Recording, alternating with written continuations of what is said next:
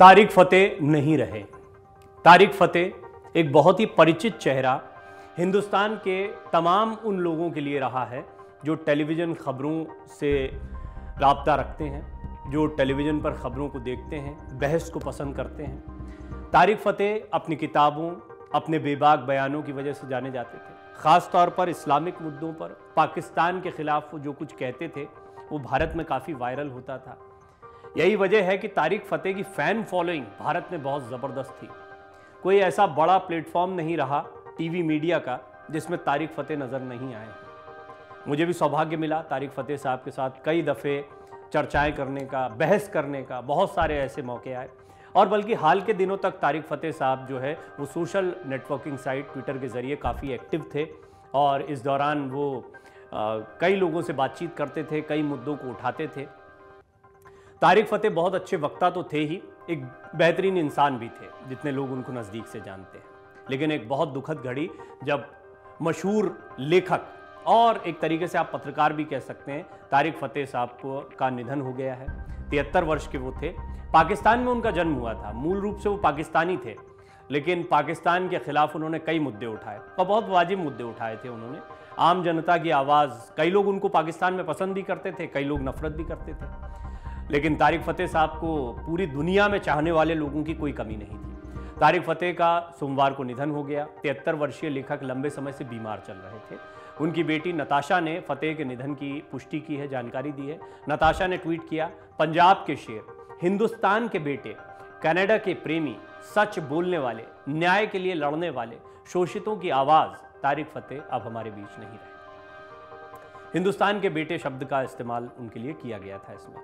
उनका काम और उनकी क्रांति उन सभी के साथ जारी रहेगी जो उन्हें जानते और प्यार करते थे।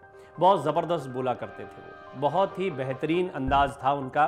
ख़ास तौर पर पाकिस्तान में जो सियासी उठापटक चलती है इसकी पोल वो खोलते रहते थे, लिहाजा कई बातें उनकी विवादित भी रही है। मैं कुछ बयान भी आपको उनके चर्चित बताऊंगा, कुछ अनुभव भी साझा करूंगा।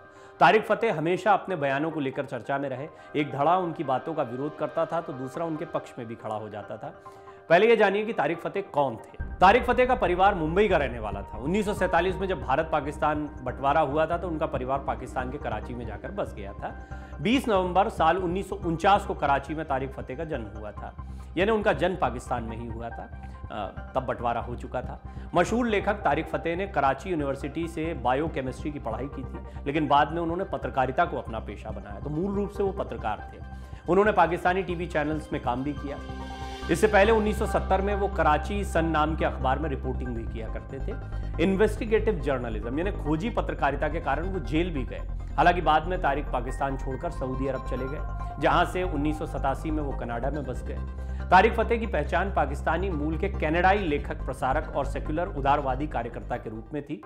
वो इस्लामी अतिवाद के खिलाफ मुखर होकर बोलते और लिखते रहते थे। इसकी वजह से उनका बहुत विरोध भी होता था, बड़े फतवे भी जारी हुए और तारिक फतेह इनका मजाक भी काफ़ी उड़ाया करते थे। वो अतिवाद यानी इस्लामिक जो जानकार होते हैं उनमें वो भी एक धड़ा थे। वो खुद इस्लाम को मानते थे, लेकिन उनका मानना था कि जिस तरीके की जहनियत पैदा की जाती है, जो चीज़ें सिखाई जाती हैं, वो उन गलत बातों के खिलाफ थे। उनको लेकर काफ़ी विरोध भी हुए हैं। इस्लाम के मानने वाले कई लोगों ने उनका विरोध भी किया है, लेकिन उनके कुछ चर्चित बयान रहे हैं, वो मैं आपको बताता हूँ। जैसे उनका कहना था कि पाकिस्तान का टूटना तय है।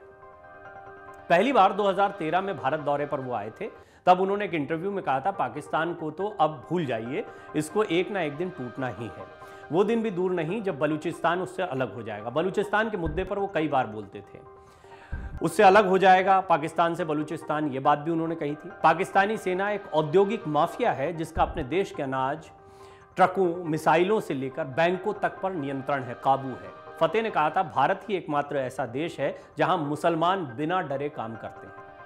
खुद को बताते थे पाकिस्तान में पैदा हुआ भारतीय, वो इस तरीके से अपना परिचय देते थे। मेरी भी जब उनसे मुलाकात होती थी तो कभी ऐसा महसूस नहीं होता था कि वो भारतीय मूल के नहीं हैं, वो पाकिस्तान के हैं। और भारत में उनकी ज़बरदस्त फ़ैन फॉलोइंग थी। उनके साथ तस्वीरें खिंचाने के लिए, उनके ऑटोग्राफ लेने के लिए बहुत सारे लोगों को, बहुत सारे युवाओं को मैंने उत्साहित देखा है। खुद का परिचय वो बताते थे और कहते थे, मैं पाकिस्तान में पैदा हुआ भारतीय हूँ, इस्लाम में जन्मा पंजाबी हूँ, एक मुस्लिम चेतना के साथ कनाडा में एक अप्रवासी और एक मार्क्सवादी मार्गदर्शित युवा हूँ। हर हिंदुस्तानी को वो हिंदू भी बताते थे। और ये बड़ा मुद्दा था। देश में सीए एनआरसी के मुद्दे पर हुए दंगों के बाद तारिक ने कहा था कि हर वो व्यक्ति हिंदू है जो हिंदुस्तान के इतिहास और परंपरा की मिल्कियत रखता है। तारिक फतेह खुद को मुसलमान कहते थे, हालांकि वो मानते थे कि उनके पूर्वज भी हिंदू थे। अयोध्या में वो राम मंदिर के पक्षधर थे और ये भी उनका एक बड़ा स्टैंड था। तारिक फतेह अयोध्या में राम मंदिर बनाने के पक्षधर रहे। तारिक कहते थे कि एक गुंडा अफगानिस्तान से आया और आपकी जमीन पर घर बनाकर चला गया। फतेह कहते थे कि अयोध्या में मंदिर मुसलमानों के हाथ से बनना चाहिए, तो वो इस तरीके से इसका सॉल्यूशन निकालते थे।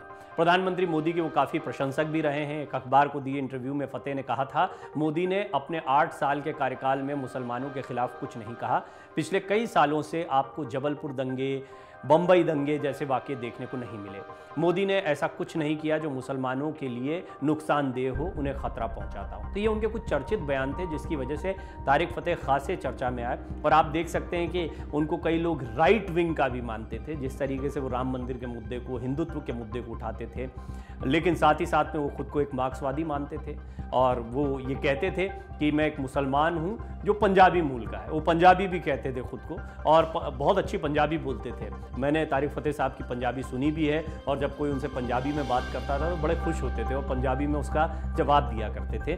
साथ ही साथ में उनके जो बहुत प्रिय मुद्दे थे उसमें हिंदुत्व की कोई बात करे, भारतीय इतिहास की कोई बात करे तो वो इस पर बड़े मुखर रूप से बोलते थे। और यही वजह है कि उनके प्रशंसक बड़ी तादाद में आपको भारत ही नहीं पूरी दुनिया में मिलेंगे। तारिक फतेह साहब हमारे बीच नहीं रहे, बड़ा चौंकाने वाला है क्योंकि कुछ समय पहले ही मेरी भी उनसे बातचीत हुई थी ट्विटर प्लेटफॉर्म पर। जब वो एक टॉक ऑर्गेनाइज करते हैं तो उसमें मुझे भी बोलने का मौका मिला था और उनसे बहुत समय बाद संवाद हुआ था। हालांकि वो कनाडा में थे और कई दफ़े उनका भारत आना जाना होता था। वो जब भी आते थे तो वो मीडिया की बड़ी जान सी बन जाते थे और उसके बाद में अलग अलग चैनल्स पर आप उनको देखते थे।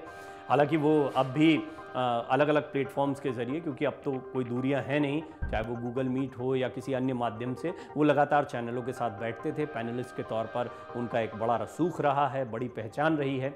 ऐसे तारिक फतेह साहब अब हमारे बीच नहीं रहे, ये बहुत दुखद है। मन से उजाला कर चले, मन से उजाला कर चले।